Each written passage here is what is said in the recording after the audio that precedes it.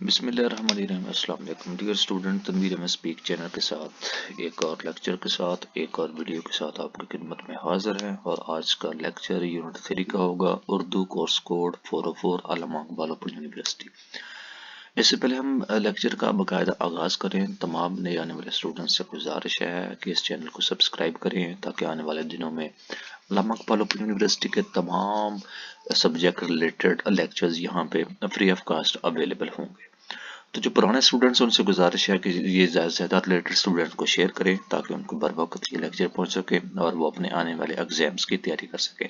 اس کے علاوہ یہاں پہ کورس کوڈ 9002 اینڈ 9054 پر آلریڈی اپلوڈڈ لیکچرز ہیں، وہ اسٹوڈنٹ بھی ان سے مستفید ہو سکتے ہیں، اور اس کے علاوہ جتنی بھی علامہ اقبال اوپن یونیورسٹی سے ریلیٹڈ نیوز ہوگی وہ یہاں پہ ان کی اتھینٹیکیٹڈ چیزیں اپلوڈ ہوں گی۔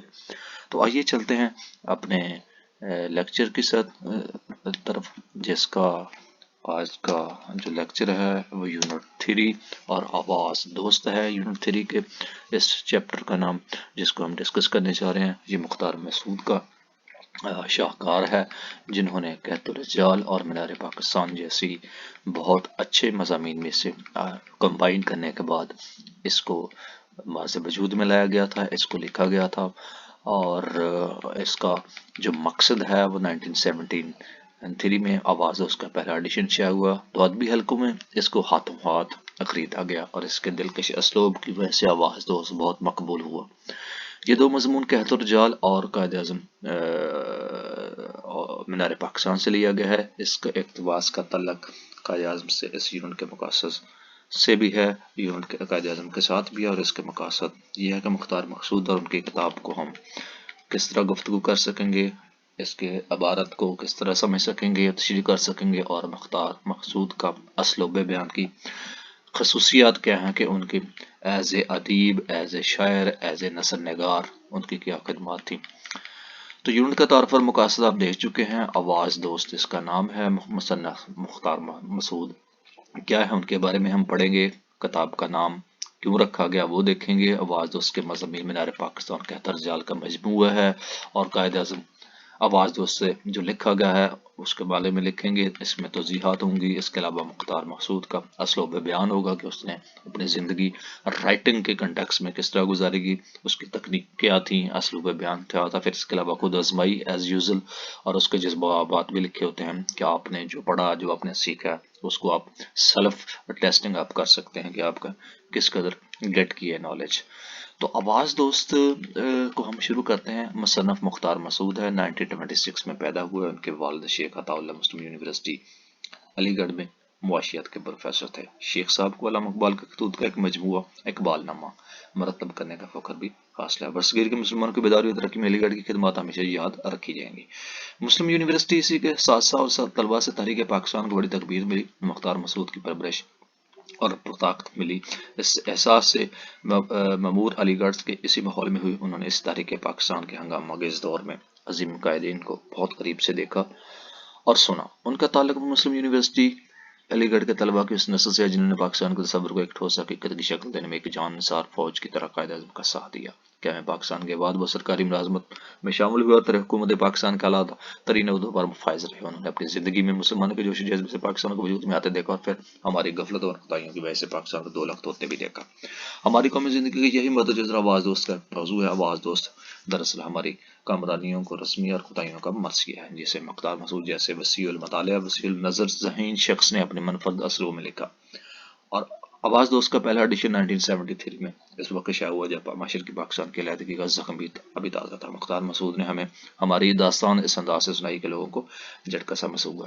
یہ وہ رائٹر، یہ وہ ادیب، یہ وہ شاہکار ہیں جنہوں نے اپنی نظم سے قائد اعظم علامہ اقبال جیسی ہستیوں کو اور علی گڑھ کے طالب علم میں سے ہوتے ہوئے پاکستان کو علیحدہ ہوتے ہوئے دیکھا، اور تحریک علی گڑھ میں اور پاکستان کو بننے میں ایک ان نوجوانوں کے ساتھ کیا ایک فوجی ہراول دستے کا کام کیا تھا، ان میں شمار ہوتا ہے مختار مسعود کا، اور انہوں نے دونوں مینار پاکستان اور قحط الرجال جیسے مضامین کو کمبائن کرنے کے بعد آواز دوست کا مجموعہ ہمارے لیے مرتب کیا تاکہ ہم آنے والے دنوں میں اور آنے والی نسلیں اس چیز کو وہ سمجھ سکے کہ پاکستان اور کب بنا تھا، کیسے بنا تھا، اور اس وقت کیا کچھ ہوا تھا۔ یہ تھا آپ کا کچھ ہے۔ تو آپ کا نام آپ نے آواز دوست کی مولانا جلال الدین رومی جو ایک بہت بڑے محقق ہو گزرے ہیں، خشک مغز و خشک تاریخ خشک پوست از کے جامی عائد این آواز دوست کے شعر سے لیا گیا ہے۔ پرانے زمانے میں خشک کدو پر چمڑے کی کھال مڑ لیتے تھے، اس پر آنت کی تانت لگا کر ساز بنا لیتے تھے جن کو ڈول وغیرہ کہتے ہیں، اور مختلف قسم کے ڈب تیار کیے جاتے تھے۔ مولانا رومی نے اس شعر میں اس قسم کے ساز کے بارے میں کہا گیا ہے کہ اس کدو کا گودا، تار اور چمڑا ہر چیز خشک ہے، پھر اس میں سے دوست کی سریلی آواز کہاں سے آ رہی ہے؟ یعنی کہ کدو کا چمڑا بھی خشک ہے اور اس کے علاوہ تان بھی خشک ہے، لیکن جب وہ سریلی آواز نکلتی ہے تو وہ کیسے دلکش اور دل کو مانوس کرتی ہے۔ مختار مسعود کی آواز دوست یہ دونوں خوبیاں موجود ہیں، اس میں اسلوب کی دلکشی بھی ہے اور لہجے کی درد مندی بھی۔ علامہ اقبال رومی کے شعر کو وال جبریل کی ایک نظم مرید میں اس طرح لائے ہیں۔ مرید ہندی: اے مام عاشقان درد مند یاد ہے مجھ کو تیرا حرف بلند، خشک مغز و خشک تار خشک پوست از کجا میں عائد اے دوست۔ یہ علامہ اقبال میں مرید ہندی میں مولانا جلال الدین رومی کا قلم بند کیے تھے اشعار، لیکن مولانا روم کی مثنوی کے جو نسخے آج کل برصغیر اور ایران میں دستیاب ان میں آواز دوست کے متعلق یہ شعر نہیں ملتا۔ آواز دوست کے مضامین کیا ہیں؟ آواز دوست دو مضامین مینار پاکستان کہت اور جال کا آلریڈی ڈسکسڈ مجموعہ ہے۔ اس مضمون میں 1968 میں لکھا گیا اور شام ہمدرد کی کسی نشست میں پڑھا گیا، نقوش کے ایک شمارے میں شائع ہوا۔ مینار پاکستان اس مضمون کا عنوان اگرچہ مینار پاکستان، لیکن اس کے حوالے سے مصنف نے تحریک پاکستان کے پس منظر کو بڑے فنکارانہ انداز میں پیش کیا ہے۔ مینار پاکستان کی تعمیر کے دوران مختار مسعود لاہور کے کمشنر تھے اور انہیں مینار پاکستان کی مجلس تعمیر کے صدر ہونے کا ذات فیصلہ ہے۔ جس شخص نے حصول پاکستان کی بلبلہ انگیز میں شرکت کی ہو اور بعد میں اس جدوجہد کا نشان تعمیر کرنے کی ذمہ داری بھی اس کے سپرد ہو جائے تو یہ واقعی ایک بہت بڑا اعزاز بن جاتا ہے، اور اس کا ذکر مختار مسعود نے مضمون کے شروع میں اس طرح کی ہے۔ مینار پاکستان قرارداد پاکستان کی مجلس تعمیر کی نشست تھی، میں اس کے ارد تمام ارکین جمع تھے، میں آج ان میں پہلی بار شامل ہوا تھا، کارروائی کی پہلی شک غور کے لیے پیش ہوئی، میرا ذہن اس وقت بنارڈا شاہ کے اس مقولے پر غور کرنے میں مصروف تھا کہ وہ مقام جہاں خواہش قلبی اور فرض منصبی کی حدیں مل جائیں اسے خوش بختی کہتے ہیں۔ یعنی کہ آپ اس تعمیر میں ایسے پہنچے اور اس میٹنگ میں پہنچے، مختار مسعود صاحب ایز اے کمشنر اور مینار پاکستان کو جب تعمیر کرنے لگے تھے تو وہ اپنے جذبات کا احساس کر رہے ہیں، خیال کر رہے ہیں کہ ہم جب وہاں پہ بیٹھے تو فرض بھی وہیں تھا اور خواہش بھی تھی کہ پاکستان کی تعمیر ترقی میں ان کا ہاتھ چلنے جا رہا، تو ایک عجیب کیفیت انسان کو محسوس ہوتی ہے۔ تعمیر کے آغاز میں اس مینار کو یادگار پاکستان کہا جاتا تھا، لیکن یادگار کے لفظ میں چونکہ موت اور فنا کا تصور پایا جاتا ہے، اس لیے مختار مسعود کی تجویز پر اسے یادگار پاکستان کی بجائے مینار پاکستان کا نام دیا گیا۔ اس مضمون مینار کی رعایت سے اہرام مصر سے لے کر ایفل ٹاور تک دنیا کے بہت سے میناروں کا ذکر ہے، ان کے طرز تعمیر اور مقاصد تعمیر پر روشنی ڈالی گئی ہے۔ ان میناروں کے حوالے سے ملت اسلامیہ کی تاریخ کے بعض اہم پہلو بھی پیش کیے ہیں۔ اس سے لکھنے والے کے مطالعے اور مشاہدے کے وسیلے کے ساتھ ساتھ اس کے احساس دردمندی کا اندازہ بھی کیا جا سکتا ہے۔ اس سلسلے میں یہ دو اقتباس ملاحظہ فرمائیں۔ دمشق میں مسجد بنو امیہ کا یہ شمالی مینار آج سے پورے 1300 سال قبل بنا تھا، یہ ہمارے میناروں کا امام ہے۔ اس کے پیچھے لاتعداد مینار دست بستہ کھڑے ہیں، ایک نیا مقتدی ابھی آخری صف میں آن کر شامل ہوا ہے، اسے مینار پاکستان مینار قرارداد پاکستان کہتے ہیں۔ یعنی کہ دو مینار دنیا میں پہلے بھی موجود ہیں، جو دمشق میں بنو امیہ اور شمالی مینار کہلاتا ہے اور پورے 1300 سال کے پہلے بنا تھا، اور آج یہ سیکنڈ یا تھرڈ جن کو مینار پاکستان کا نام دیا جا رہا ہے۔ کہیں کہیں یہ تاریخی مثالیں اس طرح سامان عبرت بن جاتی ہیں، یوں تو مسجد مینار آمنے سامنے ہیں مگر ان کے درمیان یہ ذرا سی مسافت جس میں سکھوں گا گردوارہ اور فرنگیوں کا پڑاؤ شامل ہے، 3 صدیوں پر محیط ہے۔ مسجد کی سیڑھیوں پر بیٹھے ان 3 گمشدہ صدیوں کا ماتم کر رہا تھا جب مسجد کے مینار نے جو کر میرے کانوں میں راز کی بات کہے۔ جب مسجد بے رونق اور مدرسے بے چراغ ہو جائے، جہاد کی جگہ جمود اور حق کی جگہ حقائق کو مل جائے، ملک کے بجائے مفاد اور ملت کے بجائے مسلط عزیز ہو، اور جب مسلمانوں کو موت سے خوف آئے اور زندگی سے محبت ہو جائے تو صدیاں یوں ہی گم ہو جاتی ہیں۔ یہاں پہ مختار مسعود اپنے جذبات کا مختلف حصوں میں ہے کہ یہاں پہ فرنگیوں کا اور سکھوں کا بھی حصہ شامل ہے، اور جس جگہ پہ مسجد اور مندر کی جگہ دوسرے چراغ جب ہو جائیں تو ملک اور قوم کی تباہی اور بربادی کا آغاز ہونا شروع ہو جاتا ہے۔ میناروں کے بعد تاریخ پاکستان کا ذکر ہے۔ مختار مسعود کے نزدیک مینار پاکستان کی بنیادیں ایسی روز بار کی تھیں جس دن علی گڑھ کالج کا سنگ بنیاد رکھا گیا تھا۔ قائد اعظم نے اپنا یہ تاریخی جملہ علی گڑھ ہی یہ ایک تاریخ میں کہا تھا پاکستان اس دن وجود میں آیا جب ہندوستان میں پہلا ہندو مسلمان ہوا۔ مختار مسعود نے بڑے مؤثر انداز میں پاکستان کی حمایت و مخالفت کے قصے بیان کیے ہیں۔ حصول پاکستان کے اس زمانے کے لوگوں کا جوش جذبہ ذکر کے قابل ہے۔ 1946 میں متحدہ پاکستان میں ہندوستان میں آخری بار انتخابات ہوئے جن میں پاکستان کا مطالبہ کرنے والی جماعت مسلم لیگ کو زبردست کامیابی ہوئی۔ انتخابی مہم میں نوجوان مسلمانوں نے طلبہ کا قائد اعظم کا ہر پیغام گھر گھر پہنچا اور کہیں کہیں وہ تشدد کا شکار بھی ہوئے۔ ایک ایسے طالب علم کے بارے میں مختار مسعود لکھتے ہیں کہ ایک زخمی لڑکا ہماری یونیورسٹی میں بھی پہنچا، اس کے سر پر پٹی بندھی ہوئی تھی جسے دیکھ کر سب لڑکے مشتعل ہو گئے اور سر پر کفن باندھ کر نکلا۔ یہ طالب علم جو 22 برس پہلے زخمی ہوا تھا اب شارع قائد اعظم پر واقع ایک فرم کا مالک ہے۔ ملاقات ہو تو پوچھنے کو جی چاہتا ہے کہ تم نے وہ پٹی کیوں اتاری، ابھی تو بہت سے زخم آ رہے ہیں۔ اسی موضوع پر ایک اور اقتباس ہے۔ انہیں دیکھ کر مجھے خواجہ ناظم الدین کا ایک خط یاد آیا جو میں نے طالب علم کے زمانے میں دیکھا تھا۔ خواجہ صاحب نے اپنے لڑکے جو علی گڑھ میں پڑھ رہا تھا لکھا کہ تم کو چاہیے کہ تاریخ پاکستان کے کام میں کوئی غفلت نہ ہو تو تم تو اگلے سال بھی امتحان میں بیٹھ سکتے ہو، مگر قوم کا ایسا امتحان ہر سال نہیں آیا کرتا ہے۔ اس مضمون کا اختتام ان سب کا بوجھ اور عبرت اندوز جمل پر ہوا ہے۔ میں نے مینار پاکستان کی رفت سے افق نگاہ ڈالی، مجھے چٹگام کے ساحل اور سلٹ کے پہاڑ نظر آئے۔ ابھی مجھے مینار کی عظمت کا احساس ہوئے۔ دل نے کہا کہ آج مطلع صاف اور نظر دور تک آ جائے، اگر کرتوں کے بعد آلودہ تو شاید تمہیں سے مینار سے لاہور کے شہر بھی دھندلا دکھائی لے گا۔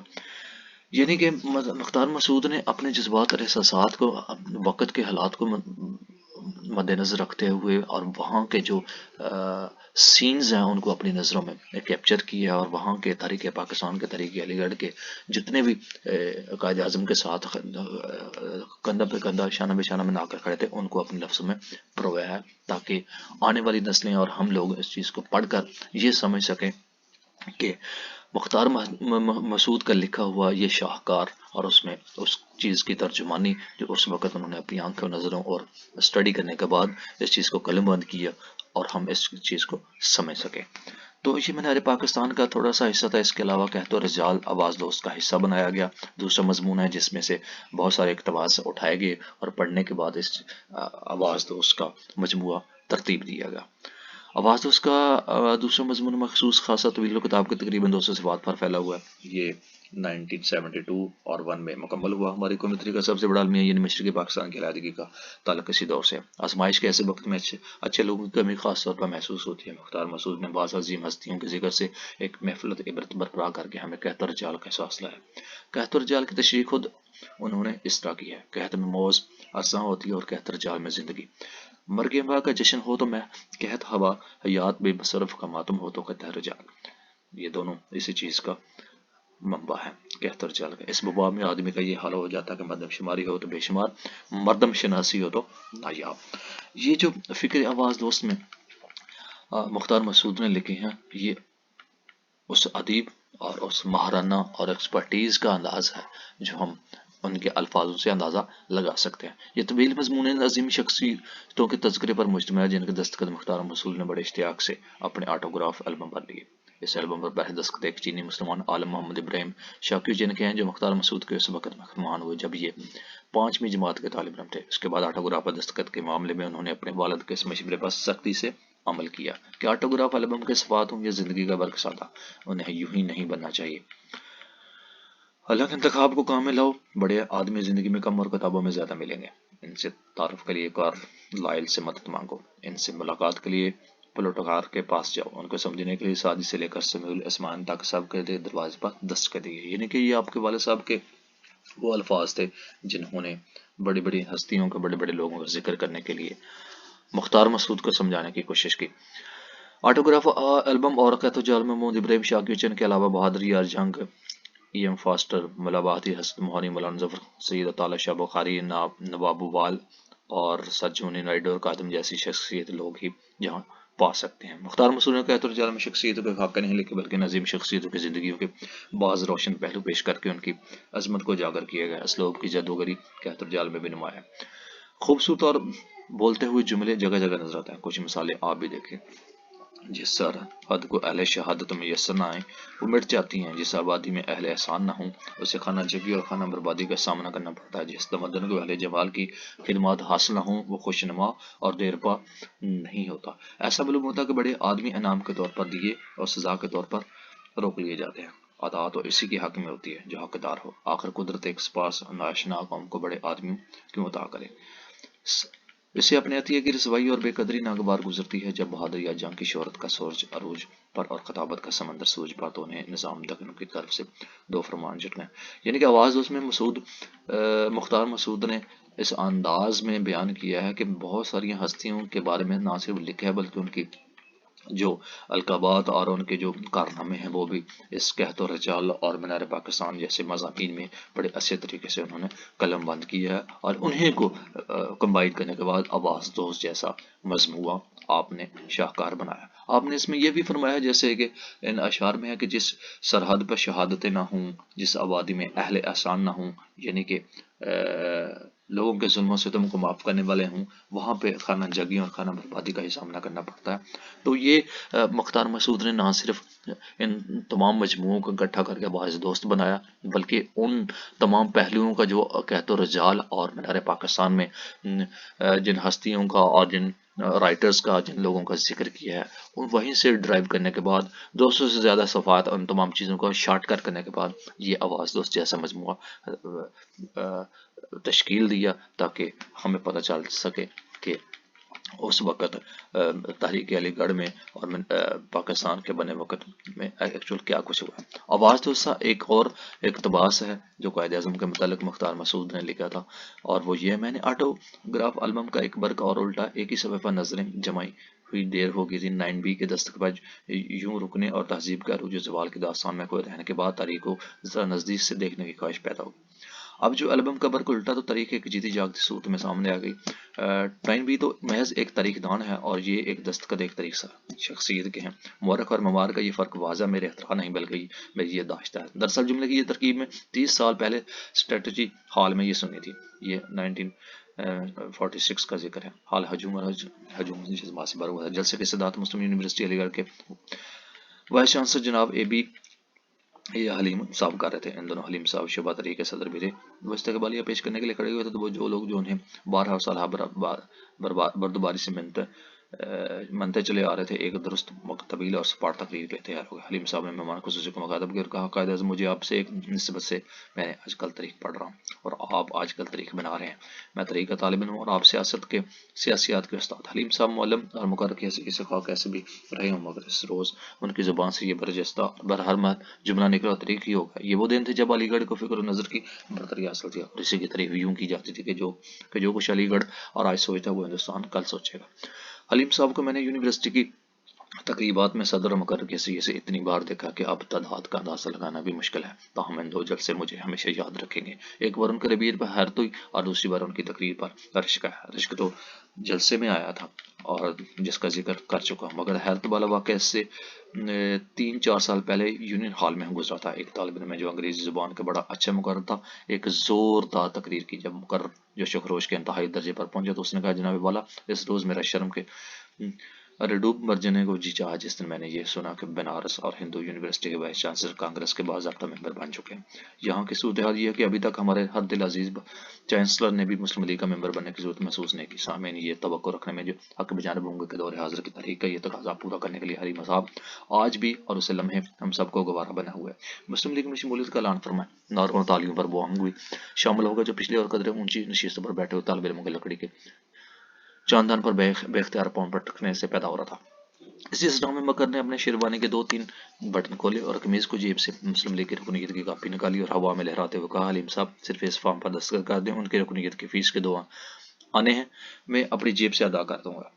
تقریر اس نقطہ عروج تک پہنچی تو میرے توجہ حلیم صاحب کے ہٹ کر اس طالب علم کے مستقبل بجات جو تقریر کر رہا تھا۔ مجھے نوجوان بظاہر بڑا خوش نصیب نظر آیا۔ جوانی میں اسے ایک ہنر عطا ہوا اور اس ہنر کا مظاہر مصرف کے لیے تاریخ نے جگہ بنا دی۔ وہ ایک اچھا مقرر اور اگلے 10 برس جدوجہد آزادی کو مقرر درکار تھے۔ حسن اتفاق یہ کہ نوجوان قائد اعظم کو پسند آ گیا اور روایت ہے کہ انہوں نے بیٹا کہا اور اپنے ساتھ دلی لے کچھ صدا کا اچھی خبریں ہیں، اور پھر وہ بند ہو گئی۔ وہ شخص ابھی بھی زندہ ہے۔ پہلے وہ مشہور تھا، نوجوان تھا اور مقرر تھا، اب وہ خاموش ہے، بوڑھا ہے اور گمنام میں شہرت ہاتھ بند کر گھر آئی تھی تو اسے کھڑے کھڑے لوٹا دیا۔ گمنامی کے گھر خود نشے کی حالت میں چل کر گئے تو اس نے شکین کس دی۔ وقت کی شناخت اور شخصیت کی پرکھ واقع بڑا مشکل کام ہے۔ اگر اس کام کو معاش کی سختی اور مزاج کی نرمی اور زیادہ کٹھن بنا دیتی ہے، اگرچہ علی گڑھ مسلم یونیورسٹی کی تحریک پاکستان کا راول دستہ کہتے ہیں، مگر اس ادارے کے باثر مقتدر اساتذہ نے شروع ہی میں بڑی اجنبیت اور تذبذب کا مظاہرہ کیا، تو ایک معروف اساتذہ نے کھل کر اس حقیقت کی مخالفت کی اور آخر تک نبائی بارش کا پہلا قطرہ بہت چھوٹا اور حقیقی تھا۔ جب 1937 میں مسلم لیگ کی شاخ مسلم یونیورسٹی میں قائم کی گئی تو اس میں صرف عبدالستار خیری، عمر الدین بابر مرزا، عابد احمد علی اور جمیل الدین احمد شامل تھے۔ 2 سال کے مختصر مدت کے بابودین بھی آگے سوئمنگ پول کے سازار میں یونیورسٹی اساتذہ کی انجمن کی قائد اعظم سے ایک سپاق نامہ پیش کیا۔ ہر شخص ان کی وفاداری کا دم بننے لگا۔ قائد اعظم نے جو یہ منظر دیکھا تو ہنستے ہوئے فرمایا، جب کسی غریب کے دن پھرتے ہیں تو وہی رشتہ دار جو پہلے سے آنکھیں چراتے ہیں اس کی راہ میں آنکھیں بچھانے لگتے ہیں۔ چرچل کے بارے میں ایک مضمون کی تعریف میں نے ایک دوست سے کئی بار سنی ہے۔ یہ مضمون دوسری جنگ عظیم سے تقریباً 25 برس پہلے کیا گیا تھا، جب ونسٹن چرچل ایک جوان سیاستدان تھا۔ اس کے مستقبل کے بارے میں مصنف نے لکھا تھا کہ یہ بات عین ممکن ہے کہ چرچل ایک دن انگلستان اور اس کی شکست کے درمیان حائل ہو جائے گا اور تنہا تاریخ کا رخ موڑ دے گا۔ نہ جانے وہ گمنام مصنف کون تھا جو پیشین گوئی اس نے کی تھی، وہ اتنی غیر معمولی سچائی ہے کہ وہ علم الغیب معلوم ہوتی ہے۔ محمد علی جناح کے بارے میں کوئی گمنام غیب داں جو پیش گوئی نہ کر سکا، مگر 3 مشہور ہستیوں نے ان کے مستقبل کے بارے میں بڑی دل لگتی ہے بات کہی تھی۔ ان 3 نجومیوں کے نام ہے مسٹر مارٹنگو، مسٹر سروجنی اور علامہ اقبال۔ مارٹنگو برطانوی کابینہ کے رکن تھے، ان کے قلمدان بازار تک secretary of state for India کہتے ہیں۔ یہ ساری کی ساری جو باتیں مختار مسعود نے قائد اعظم محمد جناح کے بارے میں لکھی ہے کہ ایک تقریر میں، اور انہوں نے اس وقت کے چانسلر کو جو ہے نا وہ موٹیویشن دی کہ وہ کانگریس کے بجائے مسلم لیگ کا جوائن کریں اور وہ تحریک علی گڑھ میں اور پاکستان میں بنانے میں اپنا رول ادا کریں، اور اس میں مختلف قسم کے جو مارٹنگو برطانوی، علامہ اقبال، اسٹروجن نائٹ جیسے جو نجومی تھے انہوں نے جو پریڈکشن کی تھی اس کے بارے میں لکھا تھا۔ اس کے علاوہ یہ بہت ساری لمبی سٹوریز ہے، اگر اس کو پڑھتا چلے تو لیکچر بہت زیادہ لمبا ہو جائے گا۔ یہ وہ مختار مسعود کی قائد اعظم کے بارے میں اقتباس ہے جو انہوں نے اس کے بارے میں لکھا تھا کہ شارٹ کٹ انداز میں شاعر مشرق قائد اعظم کے بارے میں کیا کہتے تھے۔ اور علامہ اقبال میں 28 مئی 1937 کو ایک خط میں قائد اعظم کو لکھا کہ مسلم لیگ ہند آپ کے فراست سے توقع رکھتا ہے کہ اس نازک مرحلے پر آپ اس کی مشکلات کا کیسے حل تلاش کریں گے۔ 3 ہفتے کے بعد علامہ اقبال ایک اور خط میں لکھا کہ آپ کے مصروفیات سے واقف ہیں، لیکن مجھے یقین ہے کہ میرا یوں بار بار خط لکھنا آپ کو گراں نہ گزرے گا۔ تو یہ تمام کے تمام مختار مسعود نے علامہ اقبال جیسی اور بہت سے وہاں پہ تحریک علی گڑھ میں جتنی بھی وہ چیزیں تھیں اس کے بارے میں اپنے الفاظ قلم بند کیے ہیں، اور یہ مینار پاکستان قحط الرجال جیسی اقتباس مضامین سے اقتباس اٹھائے گئے ہیں اور اس کو آواز دوست کا ایک حصہ بنایا گیا ہے۔ یہ ساری کی ساری جد و جہد اور اس وقت کی جو کابشیں تھیں وہ اس کو اپنے انداز میں مختار مسعود میں یہاں پہ بیان کیا گیا ہے کہ کس طرح تحریک علی گڑھ اور جد و جہد آزادی کی تحریک میں ان تمام افراد نے اپنا رول پلے کیا، اور آج ہم اس نتیجے پر پہنچ گئے ہیں کہ پاکستان یہاں پہ کھڑا ہے۔ اور اس کے علاوہ بہت ساری ایسی چیزیں بھی یہاں پہ ملتی ہیں جو تحریک علی گڑھ میں اور تحریک آزادی کے پاکستان میں ایک اپنا منفرد اور نمایاں رول یہاں پہ لکھا ہے۔ آپ اس کو ڈیٹیل میں دیکھ سکتے ہیں اور اس چیز سے استفادہ حاصل کر سکتے ہیں۔ بہت سے بڑے بڑے نام جنہوں نے اس چیز کو بنانے میں اپنا رول ادا کیا۔ تو یہ تھا ڈیئر اسٹوڈنٹ آج کا lecture unit number 3 lecture number 1 جس کو ہم نے شارٹ کٹ انداز میں بیان کیا۔ یہ آگے توضیحات ہیں، یہ لیکچر نمبر 2 میں ہوں گی، یونٹ نمبر 3 لیکچر نمبر 2 میں، اور یہ بہت ساری اس توضیحات میں لوگ سارے کے سارے ڈیٹیل میں شامل ہیں۔ ٹائن بی، سٹریچی حال، جہاں جہاں پہ بی حلیم، وہ ساری کی ساری جو اقتباس مختار مسعود نے قائد اعظم کے متعلق اپنی قحط الرجال اور مینار پاکستان سے اخذ کرنے کے بعد یہاں پہ قلم بند کیے تھے، ان کے بارے میں ساری کی ساری ڈیٹیل میں جو کارنامے تحریک علی گڑھ میں اور پاکستان بنانے میں انہوں نے آواز دوست میں شامل کیے تھے۔ آواز دوست میں ایکچوئل وہ سارے کے سارے لوگ شامل ہیں جنہوں نے تحریک پاکستان اور پاکستان کو بنانے میں ایک اہم رول ادا کیا، اور اس وقت کی تمام چیزیں نظریں سین دیکھنے کے بعد اور اسٹڈی کرنے کے بعد ان کو قلم بند کیا تھا۔ تو یہ تھا آج کا یونٹ نمبر 3 لیکچر نمبر 1، اور مجھے دیجیے اجازت میری طرف سے۔ اللہ حافظ، السلام علیکم۔